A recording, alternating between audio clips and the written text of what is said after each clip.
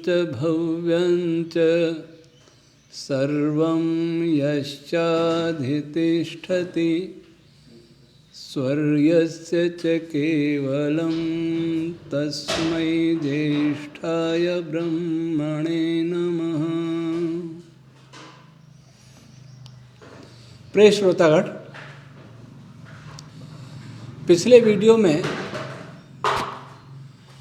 हमने पर्यावरण प्रदूषण के जो इस समय व्यापक प्रभाव दिखाई दे रहे हैं उसकी चर्चा की थी। अब हम सबसे पहले इस बात पर विचार करते हैं कि पर्यावरण शब्द का अर्थ क्या है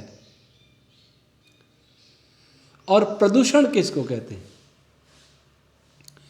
पर्यावरण जो हमारे चारों ओर आवरण हैं, जिससे हम ढके हुए हैं, घिरे हुए, उसे पर्यावरण कहते हैं। हमारे चारों ओर का अर्थ, हम आत्मा हैं, शरीर नहीं। शरीर पर्यावरण का एक भाग है। हमारा मन, बुद्धि आदि ये भी पर्यावरण का एक भाग है, क्योंकि आत्मा के चारों ओर है।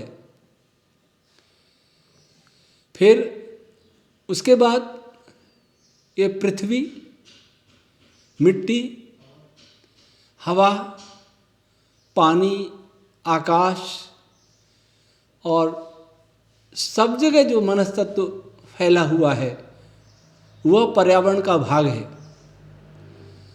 हमारी सभी इंद्रियां भी पर्यावरण का भाग हैं। लेकिन मनुष्य इस पर कभी विचार ही नहीं करता। मनुष्य भूमि को देख लेता है, जल को देख लेता, हवा को देख लेता, इसके आगे उसके देखने की कोई क्षमता नहीं है, इच्छा भी नहीं।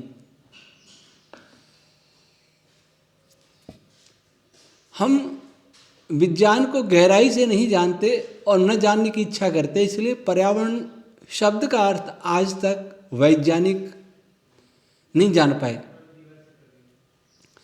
अब प्रदूषण क्या होता है इसका अर्थ भी नहीं जानते। पहले तो पर्यावरण का अर्थ हमें समझना है कि जो भी आत्मा के अतिरिक्त और परमात्मा के अतिरिक्त जो भी है, परमात्मा को इसलिए छोड़ते हैं, पर्यावरण, परमात्मा में कोई प्रदूषण नहीं हो सकता, उस सब को पर्यावरण कहते हैं, जिसमें अधिकांश का तो मनुष्य को ज्ञान ही नहीं है। और प्रदूषण किसको कहते हैं? किसी पदार्थ की जो स्वाभाविक अवस्था है, शुद्ध अवस्था है, जैसा जिस अवस्था का निर्माण इस सृष्टि में हुआ है, उसमें किसी भी प्रकार का विकार या दूसरी वस्तु का मिल जाना उसका प्रदूषण कहलाता है। तो आज हम सबसे स्थूल प्रदूषण पर चर्चा करेंगे, पृथ्वी का प्रदूषण।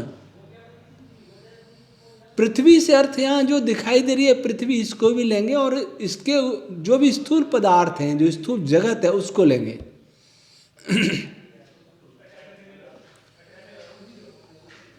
हमने देखा माननीय मोदी जी ने सफाई अभियान चलाया,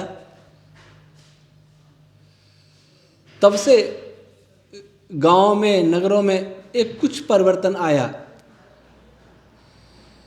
लेकिन क्या इतना ही पर्याप्त है? हम कचरे को देखते हैं, कचरा, अपने घर से कचरा साफ करेंगे, गली में फेंक देंगे। अब गली में नई नगर पालिका ले जाती है, फिर भी गांव में ढेर पड़े रहते हैं। महानगरों के बाहर उस कचरे के पहाड़ बने हुए, दिल्ली में देखिए, अहमदाबाद में देखिए, और भी महानगरों में ऐसे ही पहाड़ मिलेंगे। उसका कोई निस्तारण नहीं है कि कचरा कहाँ जाए, क्या हमने कभी सोचा है कि उस कचरे में बहुत सारा भाग उसका होता है जिस कचरे की जिसकी हमें आवश्यकता नहीं थी, जिसके बिना काम चल सकता था, वह है प्लास्टिक कचरा। सारी धरती पर प्लास्टिक कचरा, समुद्रों में प्लास्टिक कचरा भरा हुआ। मैं इसके कोई आंकड़े नहीं दूंगा, मैं सामान्य सी बात कर रहा हूं। हर चीज प्लास्टिक में पैक हुई आ रही है और कुछ प्लास्टिक की थैलियों में आ रहे हैं। कितने ही प्रतिबंध लगा हुआ अपने देश में। संभवतः 2019 में प्रधानमंत्री जी ने घोषणा की थी कि 15 अगस्त या 2 अक्टूबर से प्लास्टिक कचरा एकदम प्रतिबंधित हो जाएगा देश में। प्लास्टिक की थैली, प्लास्टिक की बोतल। आज उस बात को 5 वर्ष होने वाले हैं, 4.5 वर्ष। परिणाम क्या रहा? प्लास्टिक विक्रेताओं, जो सब्जी वाले, ठेले वाले, उनको कभी कभी नगर निगम, नगर पालिकाएं छापा मारेंगे, लेकिन जब प्लास्टिक की फैक्ट्री है उस पर कोई प्रतिबंध नहीं है, उसको बंद नहीं करते। फर्नीचर प्लास्टिक, छोटे छोटे बैग प्लास्टिक के, हर वस्तु प्लास्टिक में पैक। चाहे सूखे मेवे लाइए, चाहे अनाज, चाहे आटा लाइए, चाहे तेल लाइए, सब प्लास्टिक में पैक। हम इतने सुविधा भोगी हो गए कि तेल के छोटे छोटे पाउच बना लिए, प्रयोग करो और फेंक दो। ये कहाँ से सीखा है? जितनी हम सुविधा चाहेंगे, जितनी सुविधाओं का उपभोग करेंगे, हम उतना ही प्लास्टिक कचरा पैदा करेंगे। पहले साबुन आता था कागज के रैपर में, कागज में आता था, वो प्लास्टिक चला। अब वो लिक्विड, हाथ धोने के लिए लिक्विड आता है और प्लास्टिक की बोतल होती है, उसमें जेल जैसा होता है हाथ धोने के लिए।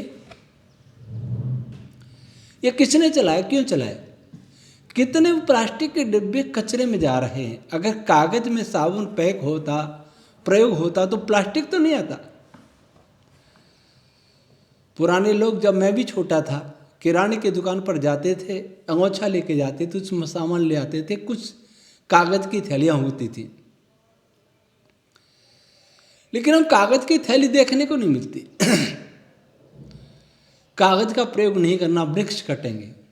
बात सही है, वृक्ष कटेंगे तो वृक्ष उगाए भी जा सकते हैं और उसका कचरा भूमि में सड़ करके खाद बनाएगा।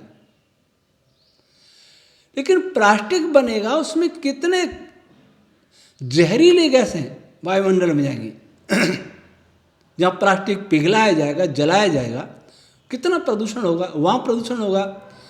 फिर वो प्लास्टिक धरती पर आएगा, हम फेंक देंगे उसको। प्लास्टिक का जो कचरा होगा वो कभी सड़ेगा नहीं, वो इस धरती को खराब करेगा। अधिकांश कचरे के ढेर प्लास्टिक के ही हैं, चाहे प्लास्टिक की थैली हो, प्लास्टिक की बोतलें हों।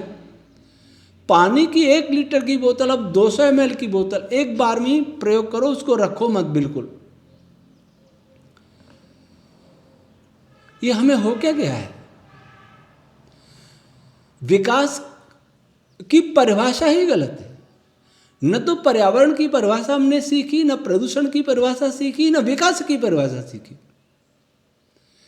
विकास कहते हैं जो जितना उपभोग करता है एनर्जी का, वो उतना ही विकसित है। अमेरिका उपभोग करता है, फ्रांस उपभोग करता है, इंग्लैंड उपभोग करता है, जर्मनी करता है, कनाडा करता है, हम भी वैसे ही करें क्योंकि वो विकसित है। इतना नहीं सोचता कोई कि क्या हमारे ऋषि मुनि कैसे रहते थे, हमारे पूर्वज कैसे रहते थे, हमने उनको जंगली मान लिया है। भारत माता की जय के नारे लगाने से हम देशभक्त बन जाते हैं, तिरंगा झंडा फहराएंगे उससे देशभक्त बन जाते हैं, नाच लेंगे गा लेंगे इससे देशभक्त बन जाते हैं, ये विडंबना है। देशभक्त वही है जो देश का हित चिंतन करता है, देश की प्राचीन संस्कृति सभ्यता पर गर्व करता है, देश के प्राचीन ज्ञान विज्ञान पर गर्व करता है, उस पर अनुसंधान करता है, उस पर विश्वास करता है और उसी को वापिस लाना चाहता है। जो अपने देश की भाषा और वेशभूषा से प्यार करता है, जो अपने देश के लोगों से प्यार करता है, जो अपने देश के सब लोगों का हित चाहता है, वह देशभक्त है। जो चोरी नहीं करता, जो रिश्वत नहीं लेता, जो बेईमानी नहीं करता किसी की, वह देशभक्त है। लेकिन हमने कभी सोचा ही नहीं कि हमारे पूर्वज जैसे जीते थे वो उनमें गलती क्या थी। कपड़े के थैले में सामान लाना अच्छा नहीं लगा, छोटे छोटे बैग प्लास्टिक के ले आओ, भले पर्यावरण नष्ट हो। ये कौन सी बुद्धिमानी थी, किससे सीखा था? जिसने भी प्लास्टिक का आविष्कार किया उसने हमारी कमजोरी को समझा होगा कि हम सुविधा भोगी हैं तो उनको सुविधा प्रदान की जाए। विकास की परिभाषा ये बताती है कि विकास की परिभाषा तय करने वालों में सामान्य बुद्धि नहीं है।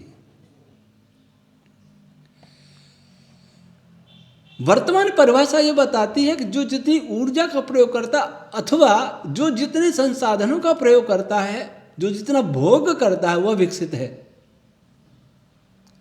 इस प्रवृत्ति ने सारी प्रकृति का दोहन कर डाला है और दोहन करते जा रहे हैं। इस पागलपन की दौड़ में कोई नहीं सोच रहा कि संसाधन सीमित हैं। हर वस्तु सीमित है और हमारी इच्छा सीमित है। सुख सुविधाओं की इच्छा असीमित है, कभी पूरी नहीं हो सकती। तो जब इच्छाएं असीमित हों और साधन सीमित हों, तब या तो साधनों के लिए संघर्ष होगा या साधन समाप्त हो जाएंगे कुछ दिन बाद। फिर अगली पीढ़ी क्या करेगी? और जितने ही साधन प्रयोग करेंगे, जितनी टेक्नोलॉजी प्रयोग करेंगे, उससे उतना ही प्रदूषण होगा। ऊर्जा का उपभोग करेंगे, इसका अर्थ है हम पर्यावरण को अशुद्ध कर रहे हैं। आज मैं धरती की बात करूंगा, इसलिए आगे नहीं जाऊंगा वायु प्रदूषण में। तो इसके लिए, इस भोग के लिए हमने धरती का क्या किया? एक तो प्लास्टिक कचरे से भर दिया, दूसरा हरित क्रांति के नाम पर रासायनिक खाद और कीटनाशक दवाइयों से धरती को जहरीला बना दिया। जिसने भी इनका आविष्कार किया था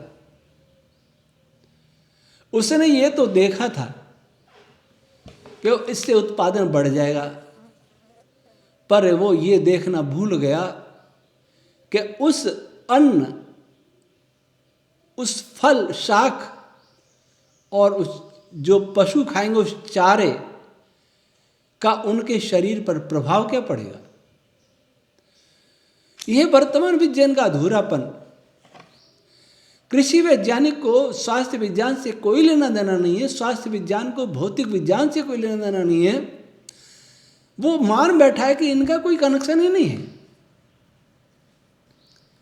प्राचीन विज्ञान, वैदिक विज्ञान ये नहीं कहता।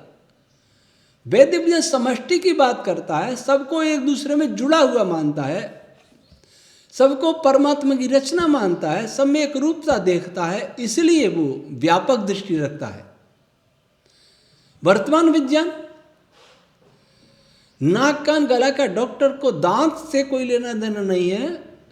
दांत के डॉक्टर को एनाल्जेसिक दवाई देगा, उसको इससे कोई लेना देना नहीं कि उससे गुर्दे खराब हो सकते हैं। गुर्दे वाले डॉक्टर को हृदय की कोई जानकारी नहीं है, हृदय वाले को पेट की जानकारी नहीं है, पेट वाले को सिर की जानकारी नहीं है। अर्थात सब ये अधूरे अधूरे हैं। ये अधूरा साइंस ने हमको मार डाला। मैं कई बार बता चुका हूं कि कीटनाशक दवाइयों और रासायनिक खाद का क्या प्रभाव पड़ रहा है। कैंसर तेजी से बढ़ रहा है। पंजाब से सुनते हैं कैंसर ट्रेन चलती है बीकानेर की। कौन है अपराधी कैंसर फैलाने के लिए? आप में से कई सोचेंगे हरित क्रांति नहीं होती तो देश भूखा मरता। आज जो जैविक खाद की बात हो रही है, जैविक मैं नहीं कहूंगा, जैविक के नाम पर तो बहुत कुछ कचरा आ रहा है, गंदगी आ रही है। एक बार हमने जैविक खाद यहाँ मंगाया अपने आश्रम में, सुना था जैविक खाद मिलता है मार्केट में, मंगाया। जब उसको खोला तो इतनी दुर्गंध थी जैसे गंदे नाले की सड़ी हुई कीचड़ सुखा करके पैक कर दी। वह और धरती को प्रदूषित करेगी। रासायनिक खाद का प्रभाव अलग होगा तो इसका प्रभाव अलग होगा।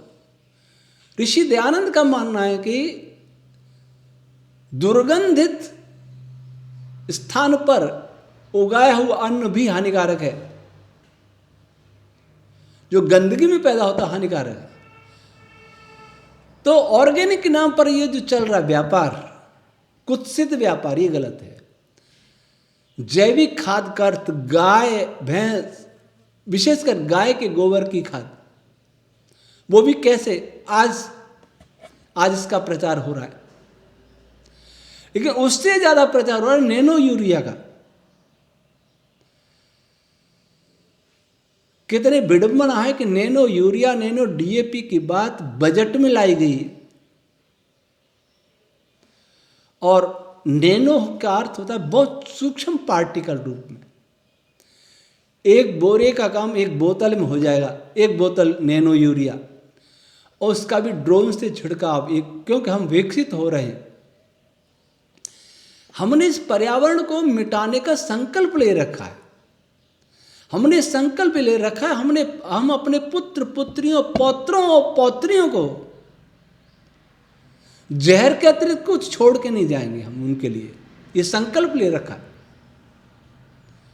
और ऐसे संकल्प लेने वाले ही महान पुरुष माने जा रहे हैं। चाहे वो राजनेता हों, चाहे वो उद्योगपति हों, चाहे वो वैज्ञानिक हों, चाहे वो डॉक्टर हों, कोई भी हो, वो बड़े व्यक्ति, या मीडिया वाले हों, वो बड़े व्यक्ति हैं जो हर समय प्रकृति में जहर घोलने की बात करते हैं। या तो वो समझते नहीं है, समझ करके भी वो उद्योगपतियों के हाथ बिके हुए हैं। कोई भी एक कारण हो सकता है। यूरिया डालने से भूमि के जल अवशोषण की क्षमता कम हो जाती है। इससे भूमिगत जल स्तर कम हो रहा है। पर फिर भी यूरिया डालना है, क्योंकि खाद कंपनियों का क्या होगा, वो बेरोजगार हो जाएंगे। कीटनाशक दवाइयां, कीड़े लगे तो क्या करें आप कहेंगे, क्या आयुर्वेद में कोई उपचार नहीं है?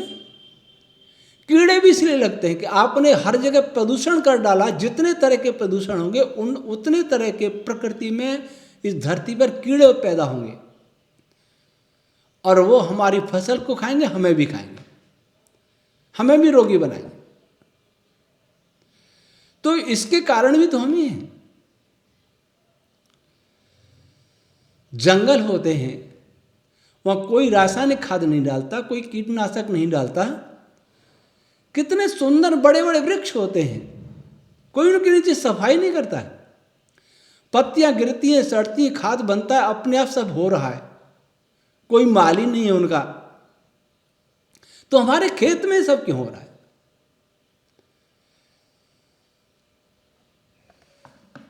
तो जिस खाद से भूमि का स्वास्थ्य खराब हो रहा है, जिस खाद से हमारा स्वास्थ्य खराब हो रहा है, उसका अन्न खा करके, उसका फल खा करके, उसकी सब्जी खा करके जिससे पशुओं का स्वास्थ्य खराब हो रहा है, उसको क्यों प्रतिबंधित नहीं किया जाता? कितने तो किसान दवाई छिड़काव करते ही बीमार होते देखे जाते हैं। अब नैनो यूरिया, नैनो खाद आ रहा है और ड्रोन से छिड़काव होगा। कल्पना कीजिए, ड्रोन से जब किसान छिड़काव करेगा तो उसके नैनो पार्टिकल्स वायुमंडल में मिल जाएंगे और पत्तियों पर गिरेंगे तो अंदर तक प्रवेश कर जाएंगे ताकि उसका और अधिक हानि हो। दिखेगा नहीं वो, पर हानि उसकी बहुत भयंकर होगी। जैसे सीएनजी के विषय में CSIR ने ही कहा कि ये जो है सीएनजी गैस डीजल से भी ज़्यादा खतरनाक प्रदूषणकारी है। इसका प्रदूषण दिखता नहीं है, सीधा कैंसर फैलाता है, नैनो पार्टिकल्स के रूप में शरीर में जाता है। वैसे ही नैनो यूरिया, नैनो DAP हमारे अंदर तक प्रवेश करके हमें मारेगी, लेकिन हम प्रसन्न हो रहे हैं। हमें हो क्या गया है? ड्रोन से छिड़काव करेंगे, एक तो हर किसान ड्रोन खरीदेगा, उस पर सब्सिडी गवर्नमेंट देगी। गवर्नमेंट के पास पैसा कहां से आएगा? कर्ज लेकर के, या हम हमारी जेबों से ही, और किसान बेकार हो जाएगा। हम एक ऐसे अंधकार भरे युग में जा रहे हैं जहां किसान का कोई मूल्य नहीं रहेगा और खेती पर पूंजीपतियों का कब्जा हो जाएगा। किसान मजदूर बन के रह जाएगा, अपने खेत में ही मजदूर बन जाएगा। क्योंकि छोटा हर किसान ड्रोन नहीं खरीद पाएगा, और जो खरीद लेगा, यूरिया छिड़काव से केवल धरती खराब होती थी, सारा उपयोग नहीं आता था, सब कुछ हमारे पेट में नहीं जाता था। अब सब कुछ हमारे पेट में जाएगा और वायुमंडल भी खराब होगा, और उस वायुमंडल में सांस लेंगे, दूर दूर तक खराब होगा। ये हमने विकास किया है।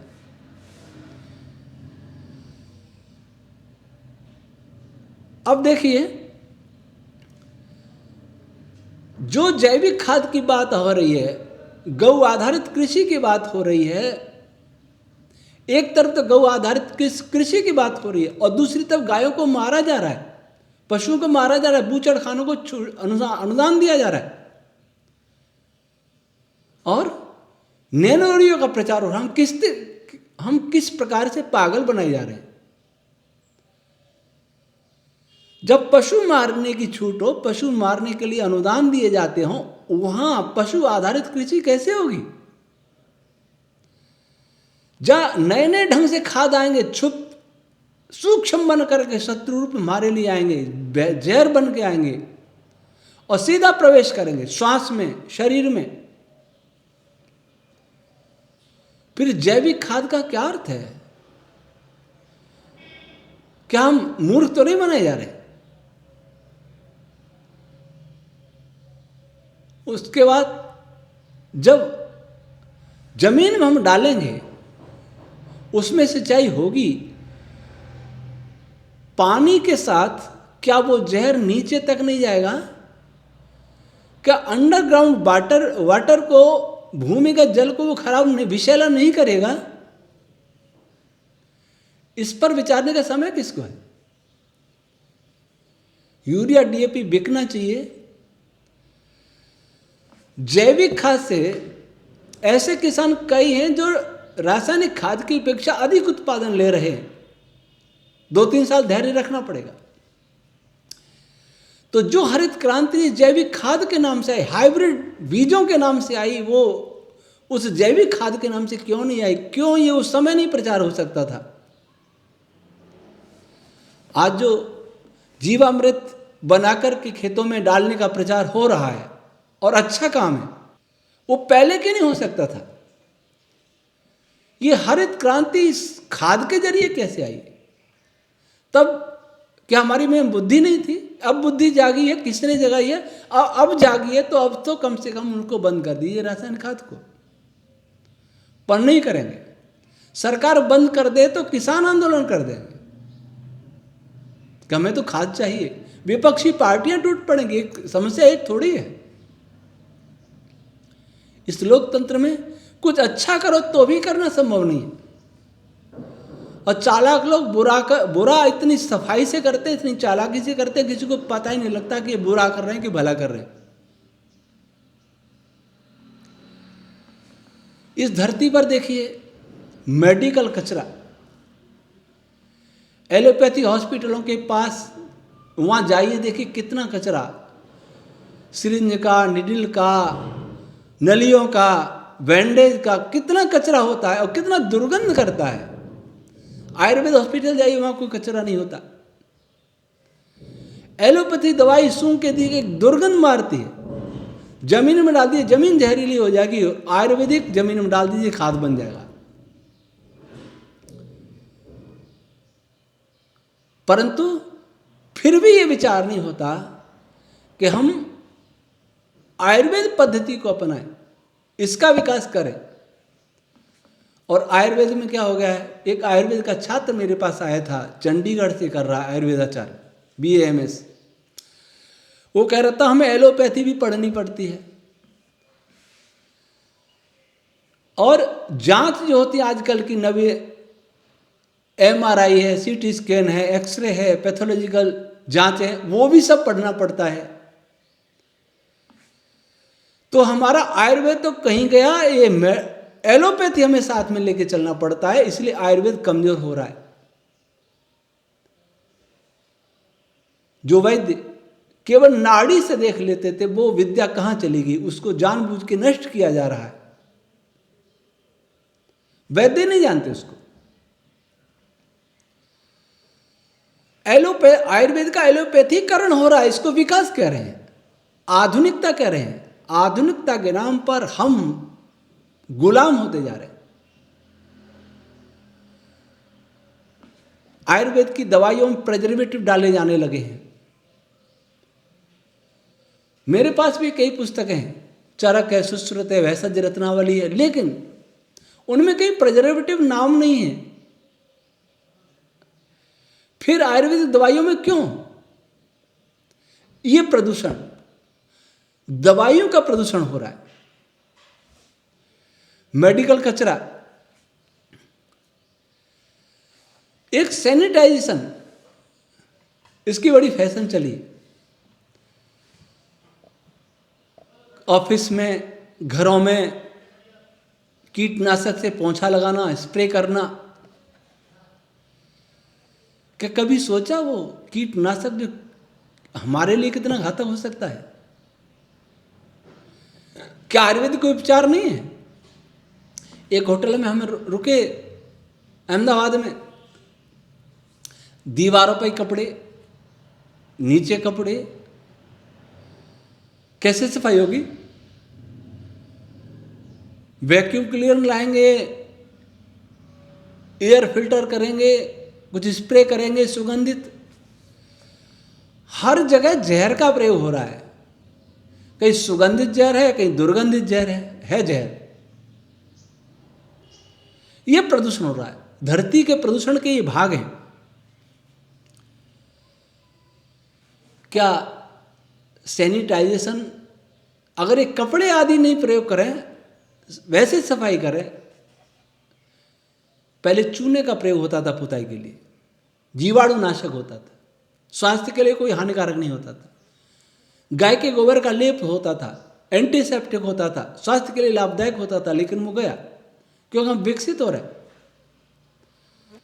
हम उधर देख रहे हैं दूसरे लोग क्या कर रहे हैं, दूसरे लोग कर रहे हैं वैसे ही हमें करना चाहिए, नहीं तो जमाने में पीछे रह जाएंगे।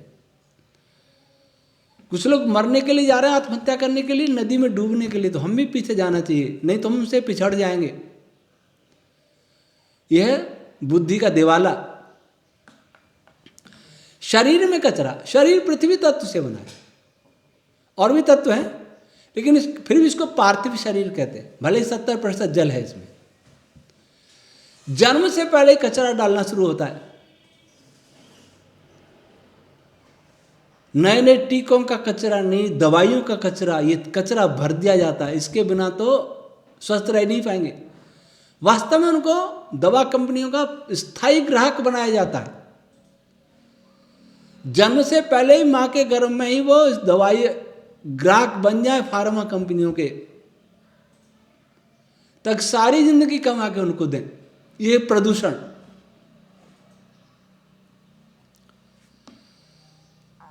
अब देखिए, शरीर का प्रदूषण एक खाने का, हम खाते हैं किसी पदार्थ को जितना वो करें, प्रोसेस करें, उतना ही उसमें कचरा पैदा कर रहे हैं। प्रदूषण का जैसे हमने बताया कि जिसमें कोई बाहरी चीज मिला दी जाए, स्वाभाविक रूप से जो प्रकृति में पैदा होता है वो है शुद्ध, इसके अतिरिक्त सब अशुद्ध है। अब अनाज को रोटी बना लें, चावल बना लें, भात बना लें, खीर बना लें, यहाँ तक तो चले। उसके बाद उसके कितने व्यंजन बनाए जाते हैं और उसमें कितने प्रकार के रंग डाले जाते हैं, कहीं की सुगंध डाली जाती हैं, और रंग और सुगंध दोनों ही कैंसरस है, दोनों ही हानिकारक हैं। और फिर उनको सुरक्षित रखने के लिए प्रिजर्वेटिव के नाम से जहर डाले जाते हैं, अर्थात जहर ही जहर है। हमने जो विकास किया वो जहर का विकास किया, अमृत की खोज नहीं की। अमृत था, उसे भी जहर बना दिया, उसमें जहर मिला दिया।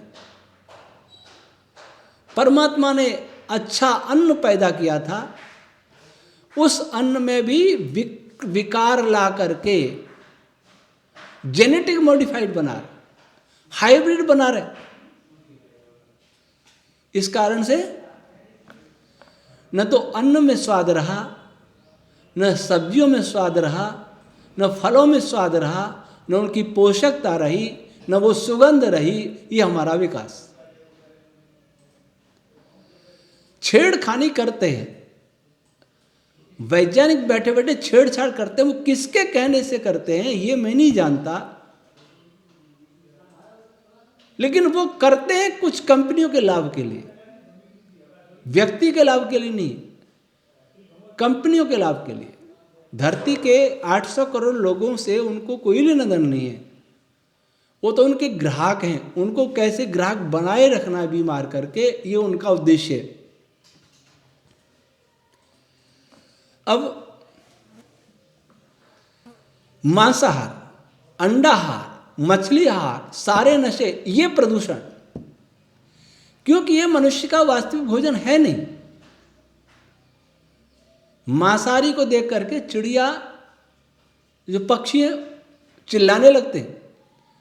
कई पक्षी बैठे हों और कुत्ता बिल्ली आ जाए तो देख के उसे चिल्लाने लगेंगे। क्यों?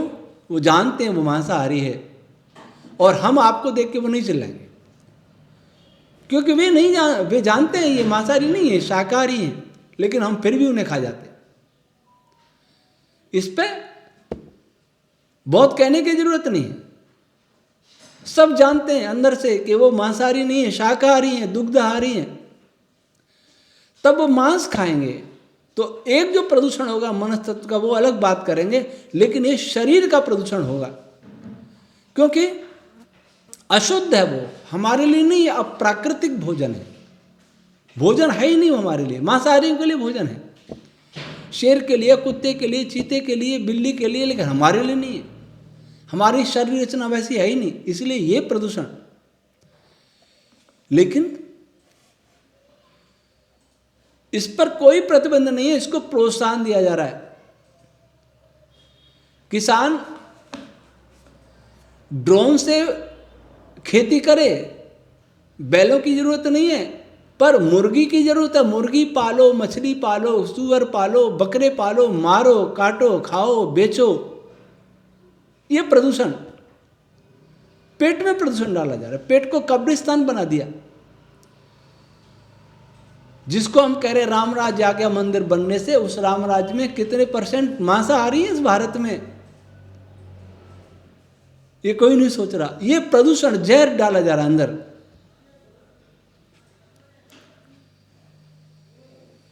बीजों के जीन से छेड़छाड़ और टीका लगा के हमारे जीन्स, हमारे DNA से छेड़छाड़, और आधुनिक टेक्नोलॉजी, बहुत सारा रेडिएशन ये भी हमारे जीन्स डीएनए से छेड़छाड़ करता है, सब हमारे विनाश का कारण है। सभी हमें प्रदूषित कर रहे हैं, हमारे शरीर को प्रदूषित कर रहे हैं, हमारे शरीर के अंदर एक एक कोशिका को प्रदूषित कर रहे हैं, फिर पर्यावरण पर बड़े बड़े सम्मेलन कर रहे हैं। एक यहाँ बड़े उद्योगपति मस्तिष्क में चिप लगाएंगे, अर्थात दिमाग को भी प्रदूषित करके उनके हवाले कर दो। सब जगह प्रदूषण। भोजन में रंग सुगंध क्यों डालते हैं मिठाइयों में? क्योंकि हमारी प्रवृत्ति है सुंदर दिखना चाहिए, सुंदर सुगंध आनी चाहिए। ये कमजोरी हमारी पकड़ी तो उन्होंने इसका उपयोग किया और हमें मूर्ख बनाया, जहर मिलाया भोजन में। स्नान करेंगे, साबुन, तेल सभी सुगंधित, और सब जानते हैं ये सुगंधित जितने भी हैं और जिनमें जो कलर है कृत्रिम, वो सब हानिकारक हैं, कैंसर पैदा करने वाले, पर फिर भी करेंगे क्योंकि हमने संकल्प ले रखा है कि हम हर वह काम करेंगे जिससे दवा कंपनियों को लाभ हो और हम मरें, हम मर जाएं, हमारे बच्चे मर जाएं, धीरे धीरे मरें, लेकिन उनको लाभ अवश्य होना चाहिए। वो जीवित नहीं, फलीभूत रहनी चाहिए कंपनियां।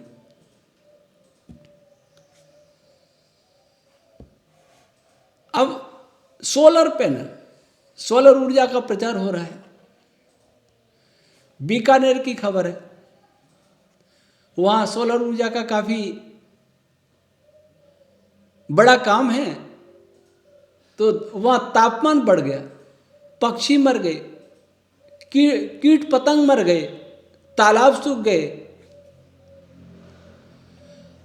अर्थात हर काम हम उल्टा करेंगे, एक उल्टा छोड़ करके दूसरा उल्टा लाएंगे, वो उससे भी हानिकारक होगा, दिखने में बहुत साफ सुथरा रहेगा।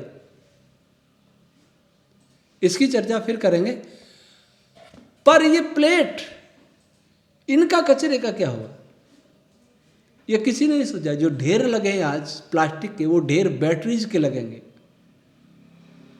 वो बहुत घातक होंगे। परंतु जैसे उर्दू का शेर है, अब तो आगे आराम से गुजरती, आगे की खबर खुदा जाने। आगे का स्थान पर कोई दूसरा शब्द है, अब तो आराम से गुजरती है, अब भी आराम से नहीं गुजर रही। कितने लोग दवाइयों पर जी रहे हैं। हमसे एक पीढ़ी पहले, दो पीढ़ी पहले कितनी दवाई खाते थे, आज कितनी खा रहे हैं। हमसे दो पीढ़ी पहले के लोग कितने बलवान हुआ करते थे, आज कितने हैं।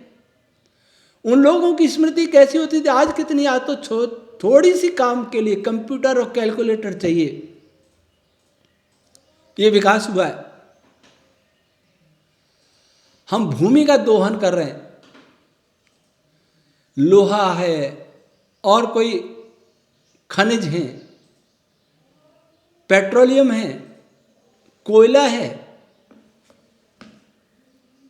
ये सब नीचे से निकलेगा। क्या नीचे रिक्त स्थान नहीं होगा? फिर प्लेटें इधर से उधर नहीं खिसकेंगी, फिर भूकंप नहीं आएंगे क्या? पर वो लाने हैं। भूकंप आए तो आए, सुनामी आए तो आए, तूफान आए तो आए, लेकिन हमें विकास करना है। जल का दोहन, पहले तालाब नदियां भरे रहते थे, शुद्ध रहता था, पेयजल मिलता था तालाबों में, वो किसने मिटाया? इस विकास ने मिटाया।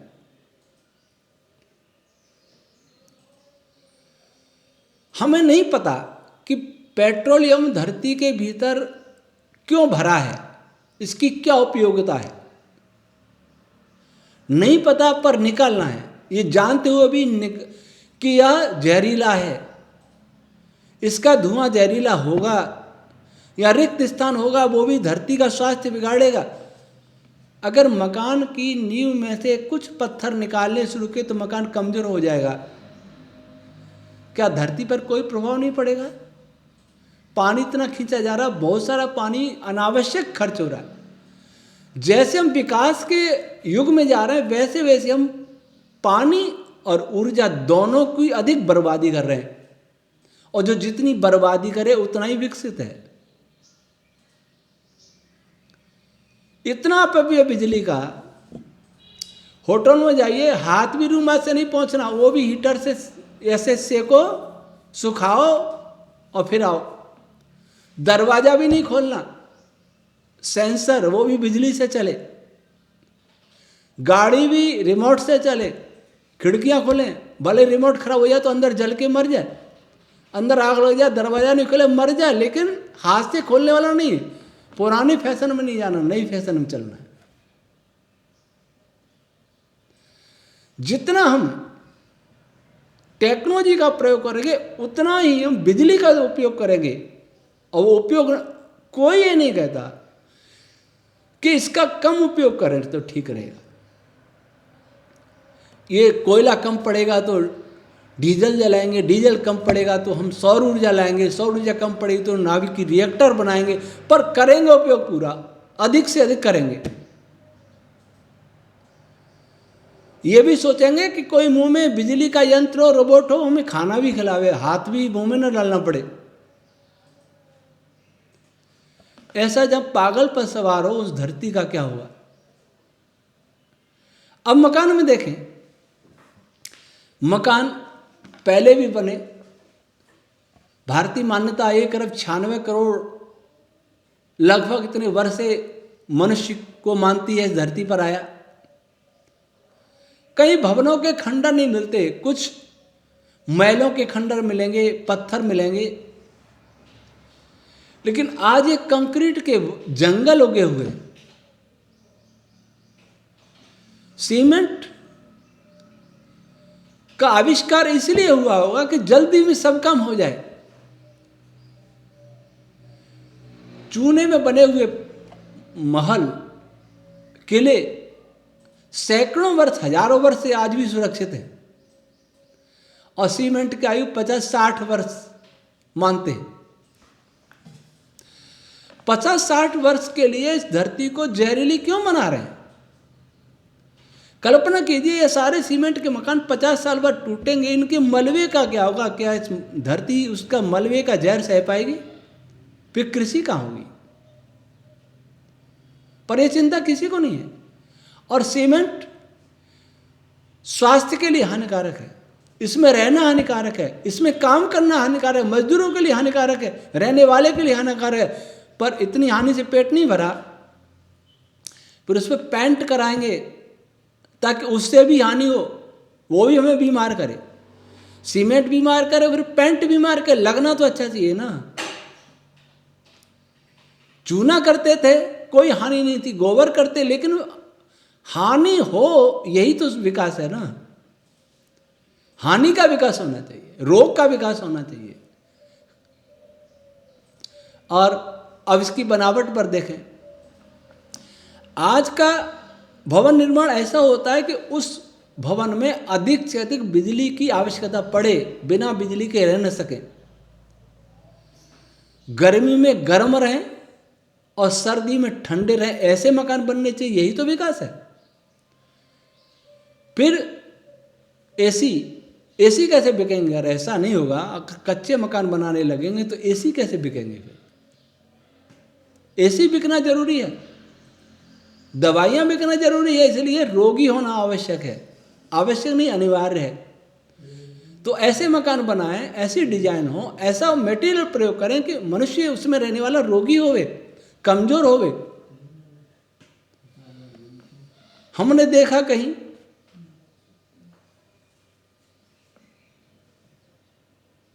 ऊंची ऊंची बिल्डिंगें, एसी, कोई खिड़की नहीं, कोई खूंटी नहीं, कांच है, कांच के अंदर पर्दे हैं, अर्थात प्रकाश भी नहीं आना चाहिए, हवा भी नहीं आनी चाहिए, और शुद्धता दिखाने के लिए वहाँ केमिकल का छिड़काव कर दो, सुगंध आ जाए, हम प्रसन्न हो जाएंगे, बहुत बढ़िया, देखो कितना सुगंधित साफ सुथरा कमरा है।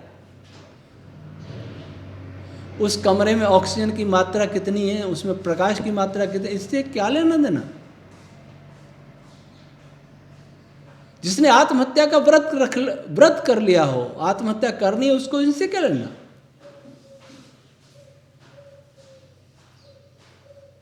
तो एक तो हवा नहीं होनी चाहिए, प्रकाश नहीं होना चाहिए, और बिजली की अनिवार्यता होनी चाहिए। सर्दी में भी एसी चलाओ, नहीं तो हवा अंदर दम घुटेगा, तो एसी चलाना पड़ेगा मजबूरन, क्यों? कहीं कोई खिड़की रोशनदान है ही नहीं। गर्मी में तो चला नहीं है, वर्षा में चला नहीं है। और इस एसी से, जिनके पास एसी नहीं है उनको मारो गर्मी छोड़ करके। रोड पर चलते मजदूर के लिए, झुग्गी झोंपड़े रहने वाले के लिए, मध्यम वर्ग के लिए, जो एसी नहीं है जिनके पास, उनको मारो। और एसी है तो भी कहाँ कहाँ एसी चलेंगे? रोड पर चल रहा है, एसी लेके चलेगा क्या? पर सोच नहीं है। इनको हम कहते प्रगतिशील, जो कि वास्तव में वो मूर्ख है।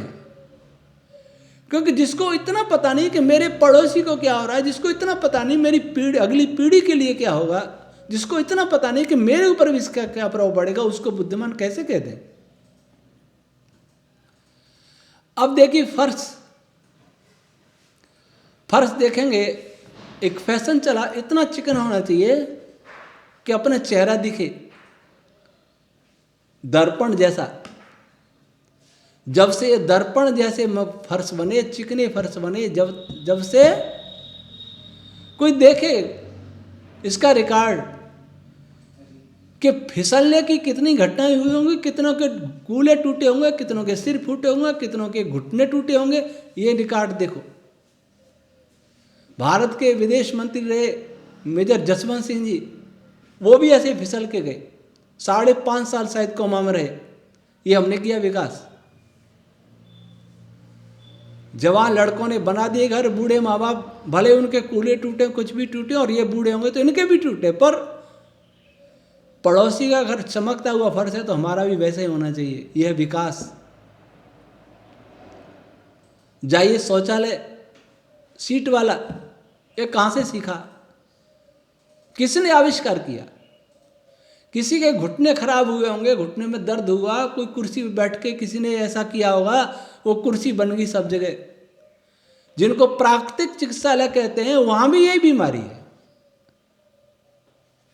शौचालय में घुटने मोड़ना नहीं है, खाना खाते समय घुटने मोड़ने नहीं है, सीढ़ियों पे चढ़ना नहीं है, लिफ्ट का प्रयोग करना है तो घुटना ट्रांसप्लांट कराना ही पड़ेगा, तभी तो कंपनियों को पैसा पहुंचेगा। और जब उसको ट्रांसप्लांट कराओगे, बहुत सारी एंटीबायोटिक और एनाल्जेसिक दवाई दी जाएंगी, और उनसे क्या होगा? गुर्दे खराब होंगे तो वे दूसरे डॉक्टर के पास जाएंगे, गुर्दा बदलवाओ, डायलिसिस कराओ। सारा समुद्र तो वहीं है, वहीं जा रहा है पानी, सभी नदियों का, दवाई कंपनी। यह विकास। तो हमारा हर गतिविधि इस धरती को प्रदूषित करने के लिए। सड़क पर झाड़ू लगाने से क्या होगा? सड़क पर जहरीला स्प्रे कर रहे हैं। एक कथित महामारी आई थी, ऑफिसरों ने मजदूरों के ऊपर स्प्रे करवा दिया, ऐसी भी घटना आई है।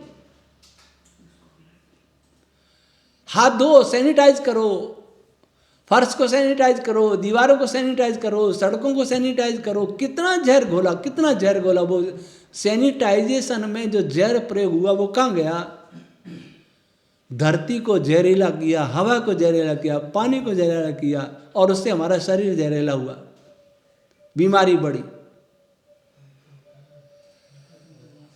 तो ये प्रदूषण है, धरती का प्रदूषण। हमको इस पर गंभीरता से विचारना चाहिए कि जो भी आविष्कार हो रहा है नया नया, हम तुरंत दौड़ते हैं। ये टेक्नोलॉजी आई, यहां तक कि बालों की कटिंग भी बदल देते हैं। ये नई फैशन, ये है कपड़ों की नई फैशन है। ये नई फैशन लाने वाला कौन है? हम हो गए भेड़, चरवाहा है कोई दूसरा, वो डंडे से हाँक रहा, उधर भागते, और एक भेड़ भागती है, सब उसके पीछे भागते। बाइबल में लिखा है भेड़ों का द्वार मैं हूं। तो हम हो गए भेड़, और द्वार है वो पश्चिम देश। बाइबल के मानने वाले हम उसमें जा रहे हैं, कुएं में गिर रहे हैं। इसका नाम है विकास। इसलिए हम बुद्धि का प्रयोग करें। हम मनुष्य हैं, मनुष्य उसी को कहते हैं जो मननशील होता है, विचार पूर्वक करता है काम, तर्क वितर्क करता है, सत्य असत्य को विचारता है, हित अहित को देखता है, हानि लाभ को देखता है। हम कुछ नहीं देखते, हम थोड़ी देर की सुविधा के लिए मृत्यु को आमंत्रण देते हैं, रोगों को आमंत्रण देते हैं, और जब रोग हो जाता है तब इतनी देर हो जाती है कि हम कुछ नहीं कर पाते। फिर तो डॉक्टरों के बिल्कुल पूरा आत्मसमर्पण करना पड़ता है। इसलिए आए इस विकास की चकाचौंध से हटके सोचें। कुछ लोग कहते हैं हमारे अकेले से क्या होगा, अकेले चलो। सब ऐसे ही सोचेंगे तो कोई भी नहीं चलेगा। सबके समान दिखो, भले ही सब मरने के लिए जा रहे हो। हम बुद्धि से विचारें, हृदय से विचारें, दिल और दिमाग दोनों खुले रखें, व्यापक बनाएं, तो पाएंगे कि जो हमारे पूर्वज रहते थे वही बुद्धिमत्तापूर्ण था। हमारे पूर्वज जो खाते थे, हमारे पूर्वज जिस मकान में रहते थे, जैसे कपड़े पहनते थे, जैसा अन्न खाते थे, जैसे कृषि करते थे, वही वैज्ञानिक था। आज विज्ञान के नाम पर अज्ञानता का दौर चल रहा है, मूर्खता का दौर चल रहा है। इसलिए सब रोगों के महायुग में प्रवेश कर रहे हैं। तो आज इस पृथ्वी प्रदूषण की चर्चा हुई। आगे के प्रदूषणों की चर्चा हम अगले वीडियो में करेंगे। आज इतना ही। ओम शम।